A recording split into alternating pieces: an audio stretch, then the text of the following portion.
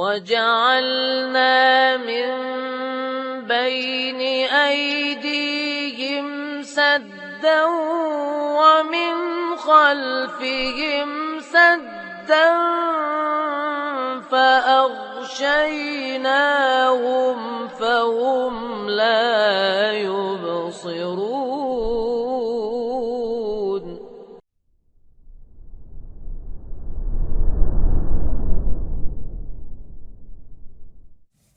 Assalamualaikum warahmatullahi wabarakatuh. Assalamualaikum. Alhamdulillahirabbil alamin wassalatu wassalamu ala asyrafil anbiya'i wal mursalin nabiyyina Muhammadin wa ala alihi wa sahbihi ajma'in. Allahumma ighfir lana wa li ustadzina wa li walidayhi wa li wulati umurina wa li jami'il muslimin. Allahumma ja'al Qur'ana rabi'a qulubina wa nura sudurina wa jilaa ahzanina wa dhahaba humumina. Qala ta'ala fi kitabihil karim ba'da qawli a'udzu billahi minasy syaithanir rajim. La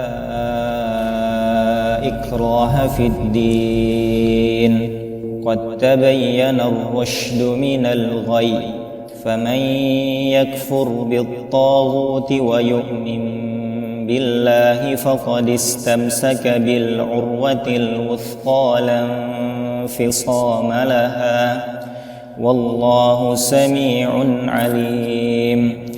Allahu waliyyul ladzina amanu yukhrijuhum minadh dhulumati ilan nur walladzina kafaru awliya'uhumut taghutu yukhrijunahum minan nuri iladh dhulumat ulaika ashabun nari hum fiha khalidun. Qala al-mufassiruna rahimahumullah likamali hadha ad-din wattidahi ayatihi la yuhtaju ila al-ikrahi alayhi fad-dalailu bayyinatun yattadihu biha al-haqqu min al-batil wal-huda min ad-dhalal. فَمَا يَكْفُرْ بِكُلِّ مَا عُبِدَ مِنْ دُونِ اللَّهِ وَيُؤْمِنْ بِاللَّهِ فَقَدْ ثَبَتَ وَاسْتَقَامَ عَلَى الطَّرِيقَةِ الْمُثْلَى وَاسْتَمْسَكَ مِنَ الدِّينِ بِأَقْوَى سَبَبٍ لَا انْقِطَاعَ لَهُ وَاللَّهُ سَمِيعٌ لِأَقْوَالِ عِبَادِهِ عَلِيمٌ بِأَفْعَالِهِمْ وَنِيَّاتِهِمْ وَسَيُجَازِيهِمْ عَلَى ذَلِكَ. Bismillahirrahmanirrahim. Alhamdulillahirabbil alamin. Wassalatu wassalamu ala sayyidil mursalin Nabiyyina Muhammadin wa ala alihi wa sahbihi ajma'in. Allahumma 'allimna ma yanfa'una wanfa'na bima 'allamtana innaka antal alimul hakim. Allahumma ati nufusana taqwaha wa zakkiha anta khair man zakkaha anta waliyuha maulaha. Qala Allah Ta'ala la ikraha fid din. Allah Ta'ala berfirman tiada paksaan dalam masalah agama, dalam beragama. Kata para ahli tafsir di kitab Tafsir Muyassar, likamali hadha ad-din wa ittidahi ayatihi la yuhtaju ila al-ikrahi alayhi liman tuqbalu minhum al-jizyah. Karena sempurnanya agama Islam ini dan jelasnya ayat-ayat agama ini, maka tidak butuh pada pemaksaan. Ya, al-ikrah yaitu pemaksaan. Pemaksaan untuk beragama. Sesuatu yang jelas itu sebenarnya nggak perlu dipaksakan karena fitrah manusia akan mengikutinya.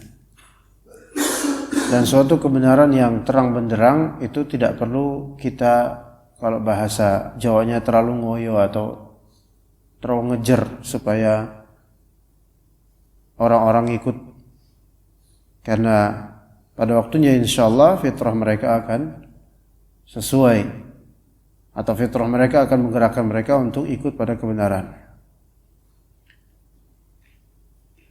Fala yuhtaj ila al-ikrahi alaihi liman tuqbalu minhum al-jizyah. Maka tidak butuh pemaksaan untuk ke agama Islam bagi pihak yang diterima dari mereka jizyah, yaitu dalam mendakwahkan agama Allah Azza wa Jalla, pertama tegakkan hujjah dan bayan, yaitu tegakkan hujjah dan penjelasan. Kalau mereka tidak mau menerima kebenaran, maka pungut dari mereka upeti, yaitu jizyah. Ini dalam skema dakwah antar negara, ya, yang mana negara tersebut tidak memiliki peraturan undang-undang dan stabilitas daerah, dan tidak bisa diperlakukan sekarang. Karena kalau misal kita dakwah ke negeri lain, negerinya orang-orang kafir misalnya, kita nggak bisa, kalau kita nggak terima kemudian kita suruh mereka bayar upeti, nggak mungkin. Ya, memang bukan konteksnya dan bukan masanya, tidak mungkin. Nah, jadi ketika mereka membayar jizyah, maka biarkan mereka pada kekufuran mereka. Kalau ternyata mereka tidak mau membayar jizyah atau upeti, maka barulah kemudian mereka diperangi. Jadi tahap sampai terjadi perang itu ada beberapa step. Ya, tidak langsung dakwah, nggak mau ikut langsung perang, enggak. Bahkan tahap menuju masalah bayaran upeti itu pun juga diperhatikan dari segi konteks waktu dan juga tempat. Kalau misalnya daerah Singapura yang mungkin dominannya adalah orang-orang kafir, kemudian kita dakwah ke Singapura, jangankan dakwah ke Singapura, untuk masuk ke Singapura saja ya perlu visa dan surat-surat. Maka bagaimana kita bisa menarik jizyah dari mereka? Nggak mungkin. Jangankan Singapura, yang masih dalam negeri Indonesia aja. Kalau misalnya di Kampung Sawah ini ada beberapa orang Nasrani, kemudian kita suruh mereka untuk masuk Islam, kita dakwah Islam ke mereka. Kalau mereka nggak mau, kita minta bayaran pada mereka. Itu pasti nggak mungkin dilakukan. Yang ada malah kita yang dilaporkan. Ya, karena konteks waktu dan juga tempat ini tidak mendukung untuk menerapkan apa yang Rasulullah dan para sahabatnya terapkan dulu ketika terjadi ekspansi dakwah, baik ke Persia atau ke tanah Syam atau ke Yaman atau ke Mesir dan seterusnya. Ya. Dan tidak ada paksaan juga, apalagi ketika mereka sudah bayar upeti aja, kita nggak boleh maksa mereka masuk Islam, apalagi dalam konteks di kekinian. Kita nggak bisa memaksakan orang-orang Nasrani, Buddha, Hindu untuk masuk Islam. Nggak bisa kita paksakan. Apalagi negara ini negara yang memiliki undang-undang yang sudah termaktub dan terselenggarakan undang-undang itu. Maka nggak bisa kita maksakan. Dan memang tidak boleh. Maka la ikraha fid din di sini zahirnya ikhbar dan nafi, tetapi bisa dimaknai insya, yaitu larangan untuk memaksakan seseorang dalam beragama. Jadi pemaksaan dalam beragama itu tidak boleh. Bahkan dalam satu agama Islam saja atau sesama kaum muslimin, kita juga nggak bisa memaksakan orang untuk ikut mazhab yang kita anut. Meskipun ya mazhab yang kita anut lebih sahih. Tetapi manusia adalah manusia lain. Orang lain adalah orang lain. Dan hisab mereka di akhirat, hisab kita di akhirat. Laha ma kasabat walakum ma kasabtum. Ya, dia mendapatkan nanti apa yang dia amalkan, kita mendapatkan apa yang kita amalkan. Taib. Kemudian fadalailu qad tabayyana rusyd min al-ghayy, kata Allah Azza wa Jalla. Telah jelas antara ar-rusyd yaitu kebenaran, kebaikan, budi pekerti dibandingkan dengan al-ghayy yaitu penyimpangan. Maka dikatakan oleh para ahli tafsir, dalailu bayyinatun yattadihu bihal haqqu minal batil wal huda minad dhalal. Petunjuk-petunjuk itu jelas. Ya, yang dengannya terjelaskan hak daripada batil, terjelaskan darinya al-huda minad dhalal, yaitu petunjuk jelas daripada kesesatan. Jadi ada dua step orang sampai mengikuti petunjuk. Pertama, yaitu diperlihatkan padanya hak dan batil. Jelas padanya hak, mana yang batil. Dan yang kedua, hidayah taufik, yaitu dimudahkan oleh Allah Ta'ala untuk mengikuti yang hak dan menghindari yang batil. Makanya ada doa dari di antara salaf kan, dan ini doa bukan dari Rasulullah tapi beberapa dari individu salaf doa seperti ini yang kita sering dengar, Allahumma arinal haqqa haqqa warzuqna ittiba'ah wa arinal batila batila warzuqna ijtinabah. Doa ini bukan dari Rasulullah SAW, tapi doa ini dari sebagian salaf, yaitu dari sebagian sahabat Nabi radhiyallahu anhum. Dan tidak apa-apa seseorang doa seperti doa ini, karena doa ini sangat bagus. Allahumma, ya Allah, arinal haqqa haqqa, tampakkanlah kepada kami kebenaran itu sebagai kebenaran. Ini langkah pertama yang disebut hidayah al-ilm wal irsyad, hidayah ilmu dan irsyad. Tampakkan kebenaran itu sebagai kebenaran gitu. Jadi jangan tampakkan kebenaran sebagai kesesatan. Ini namanya hidayah irsyad atau hidayah ilmu. Dapat ilmu dulu. Tapi kalau orang dapat ilmu dulu cuman enggak dia terapin, ya kasihan.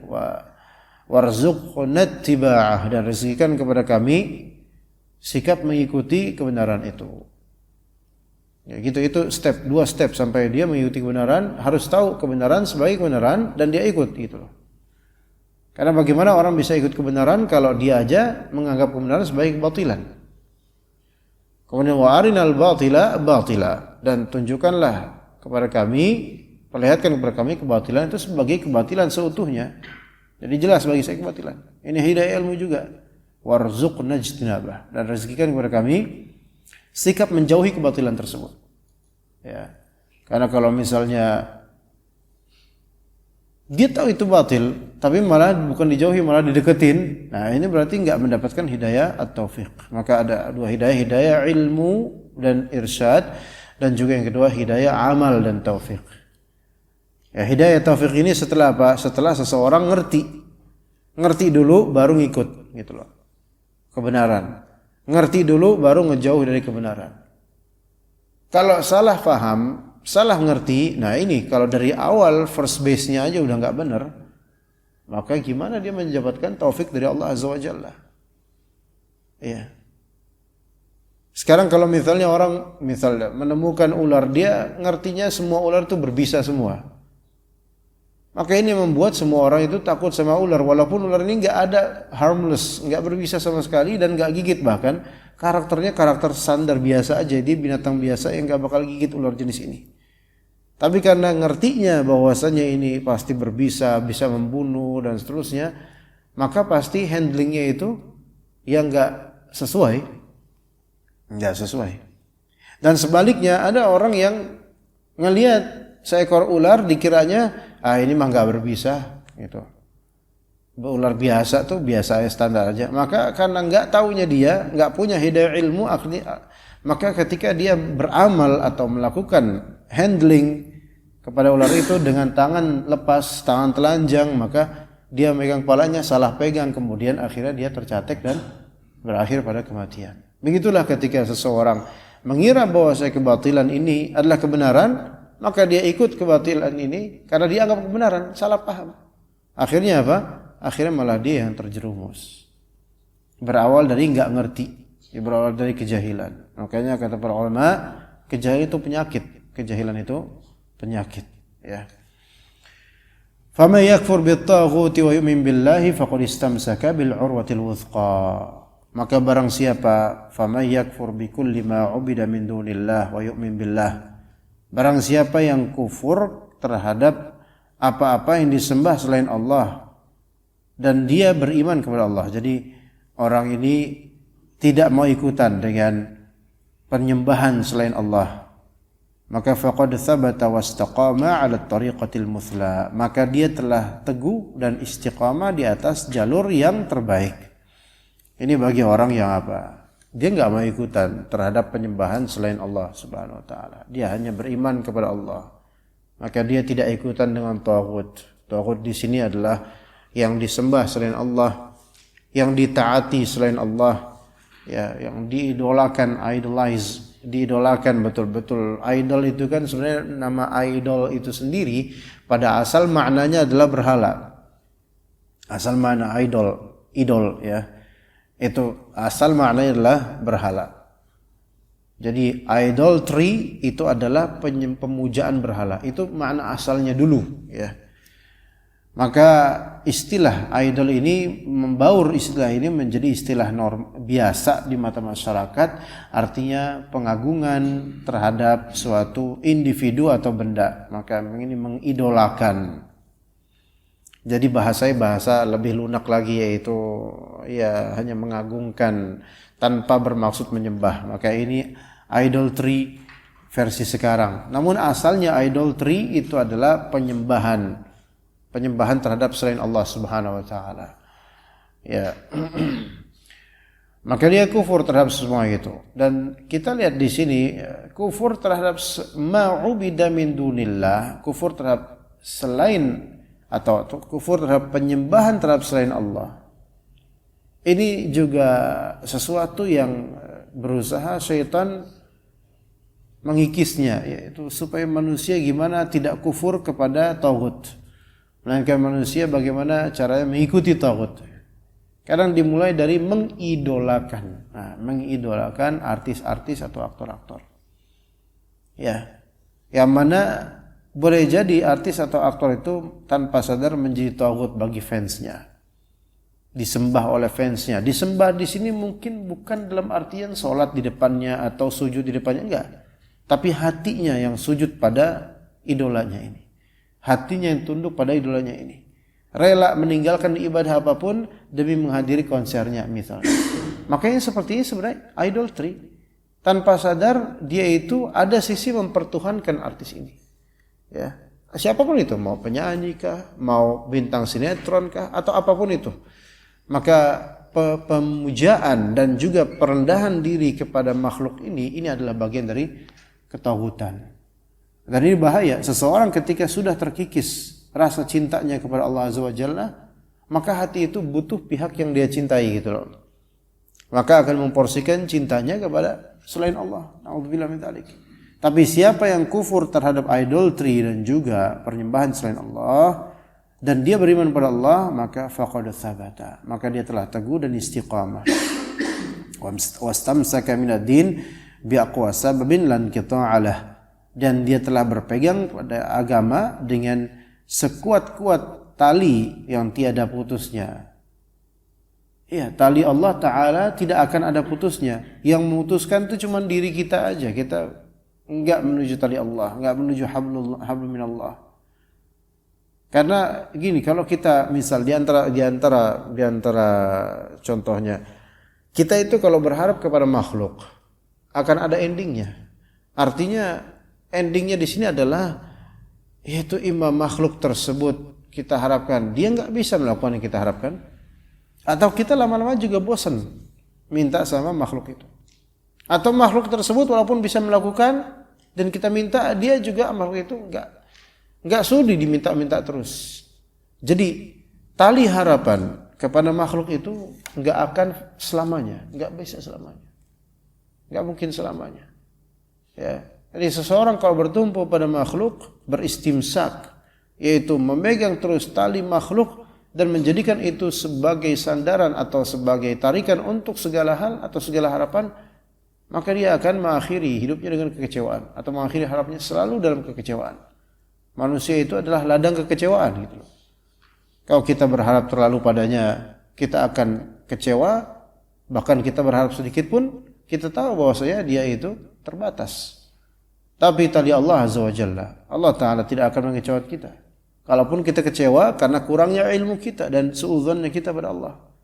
Tapi hakikatnya tali Allah Azza wa Jalla yang kalau kita berharap terus pada Allah Azza wa Jalla, lan fisamalah, lan qita'alah, yaitu tidak ada putusnya. Ya. Pun kalau kita minta sama Allah, semakin kita minta malah semakin berharga, semakin tinggi derajat. Wallahu sami'un alim, wallahu sami'un li aqwali ibadih, alimun bi af'alihim wa niyatihim wa sayujazihim ala dzalik. Allah Subhanahu wa taala Maha mendengar perkataan-perkataan hambanya, Maha mengetahui perbuatan-perbuatan hambanya dan niat-niatannya, dan Allah Subhanahu wa taala akan memberikan ganjaran pada semua perkataan dan perbuatan hamba-hamba itu dan niatan mereka. Ya. Allah taala mendengar kok apa yang misal kita doakan di tahajud kita, misal tadi misal yang kita doakan di antara azan dan iqamah, yang tadi kita lakukan misalnya, yang kita lakukan dari sholat, di antara jemaah mungkin ada yang telah melewati kegelapan ya, untuk menuju ke rumah Allah untuk sholat subuh ya, melewati kegelapan malam ya, atau kegelapan pagi ya kalau disebut pagi, baik jalan kaki atau naik motor. Allah Ta'ala Maha mengetahui. Bahkan dalam hadis disebutkan, berikanlah kabar gembira pada mereka para masya, yaitu orang yang berjalan di kegelapan demi menuju rumah Allah Subhanahu wa Ta'ala. Wallahu sami'un alim. Kalau misalnya di kegelapan tersebut kita menuju sholat subuh sambil zikir ya, atau minta sama Allah sesuatu, maka Allah itu mendengar kok.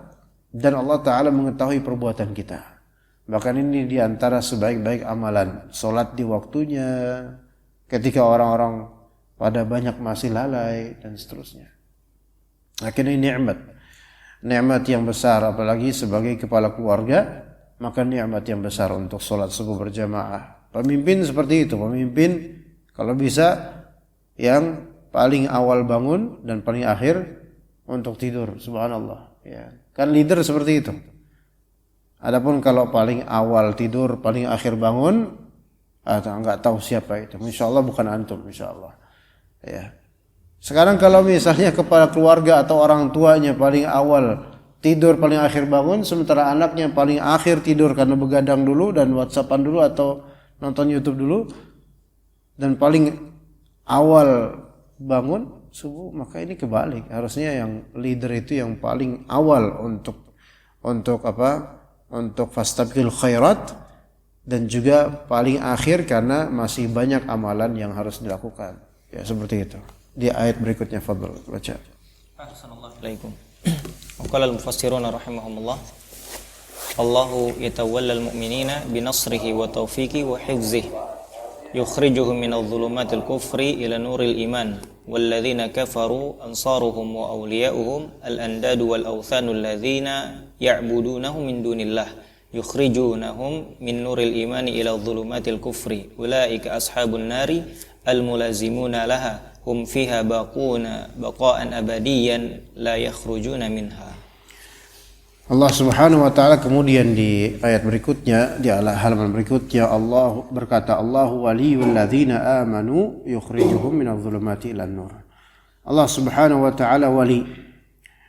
Maka kata ahli tafsir, Allahu yatawallal mu'minina binasrihi wa taufiqihi wa hifdhihi. Allah Subhanahu wa Ta'ala mengurusi, menemani orang-orang mukmin. Ya.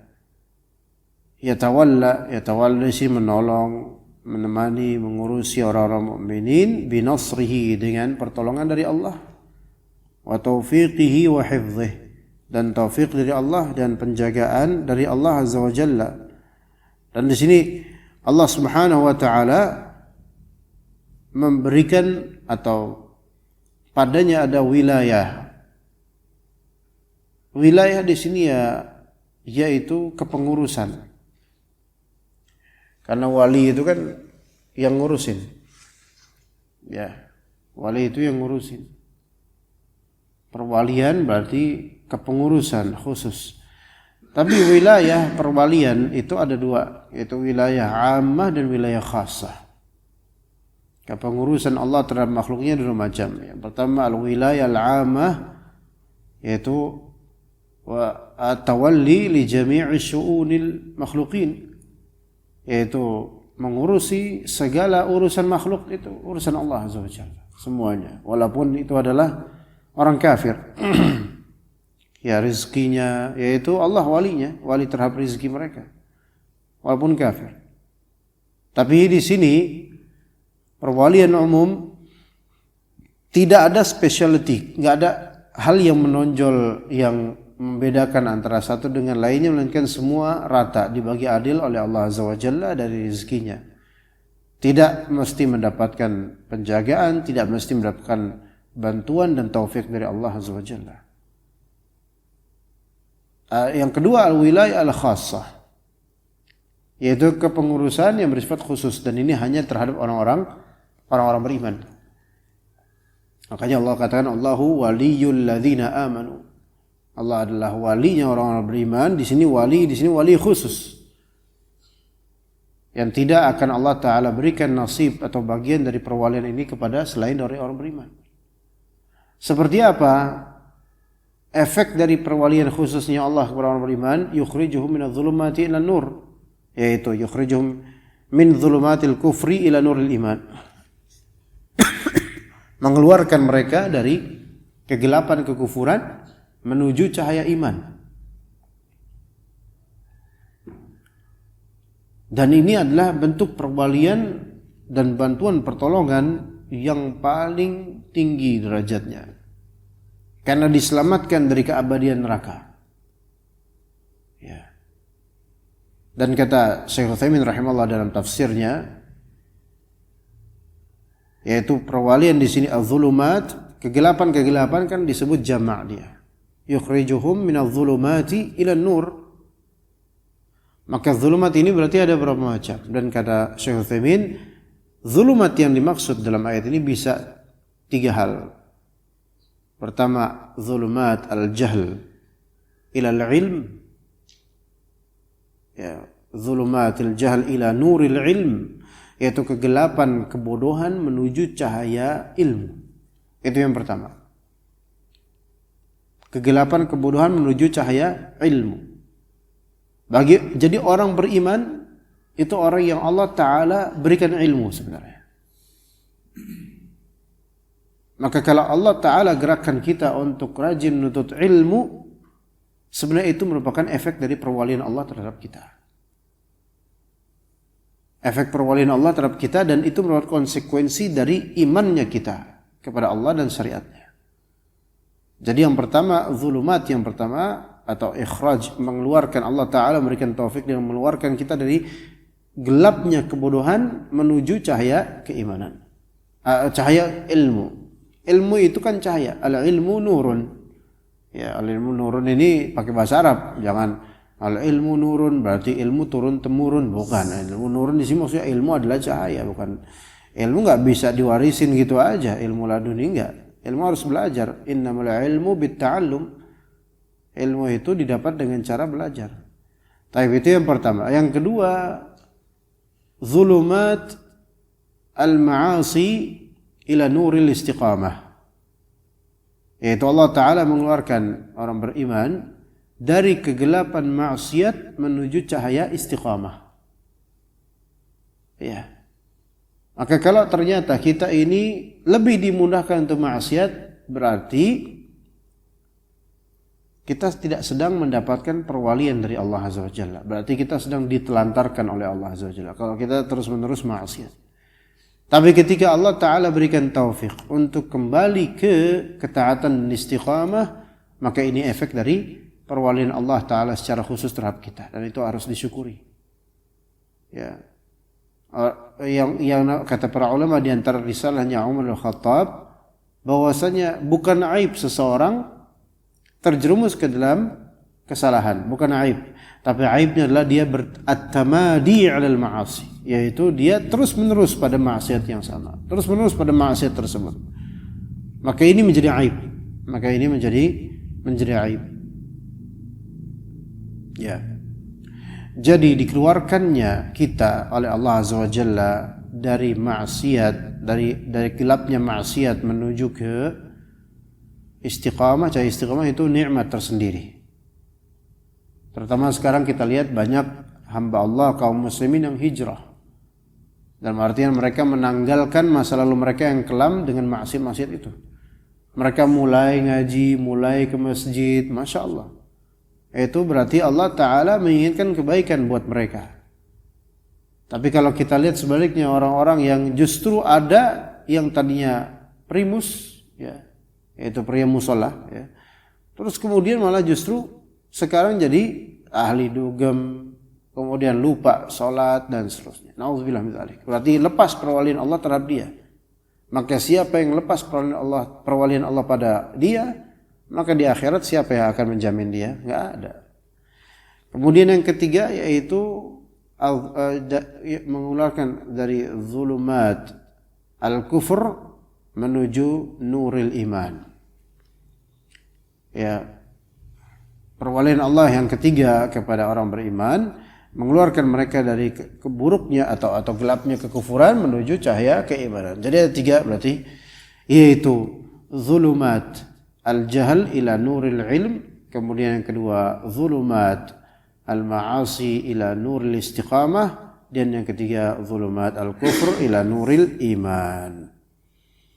Kemudian kata Allah Azza wa Jalla, walladzina kafaru awliya'uhumut taghutu yukhrijunahum minan nuri ila adh-dhulumat. Adapun orang-orang kafir, walladzina kafaru ansaruhum wa awliya'uhum al-andad wal awthan alladzina ya'budunahum min dunillah.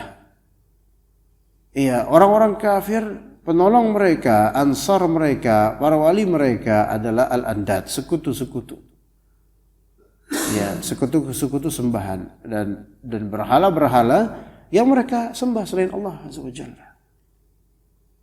Yang mana ternyata berhala-berhala ini yukhrijunahum min nuril iman ila dhulumatil kufur, mengeluarkan mereka dari cahaya iman menuju kegelapan kufuran. Lihat di sini, lafal nur itu singular satu. Tapi lafal dhulumat itu plural, jamak. Apa isyarat di balik ini? Isyarat di balik ini adalah bahwasanya kebenaran itu tidak berbilang, kebenaran itu satu. Islam itu satu. Adapun kesesatan, penyimpangan, maka itu variatif. Ya. Kalau kita lihat di sini kan lafalnya kan Allahu waliyul ladzina amanu. Allah adalah walinya orang-orang beriman. Itu kan satu, singular. Allah itu satu, wali itu satu. Untuk orang beriman. Tapi walladzina kafaru, untuk orang kufar, auliya'uhum at-taghut. Aulia mereka, yaitu para wali mereka adalah taghut itu sendiri. Kok pakai plural jamak untuk orang-orang kafir walinya? Karena wali-wali kesesatan itu berbilang banyak, bisa berhala, ya, dan berhalanya itu pun bisa berupa patung. Dan berhala juga bisa berupa idola, yaitu artis-artis Korea misalnya, atau pemain bola.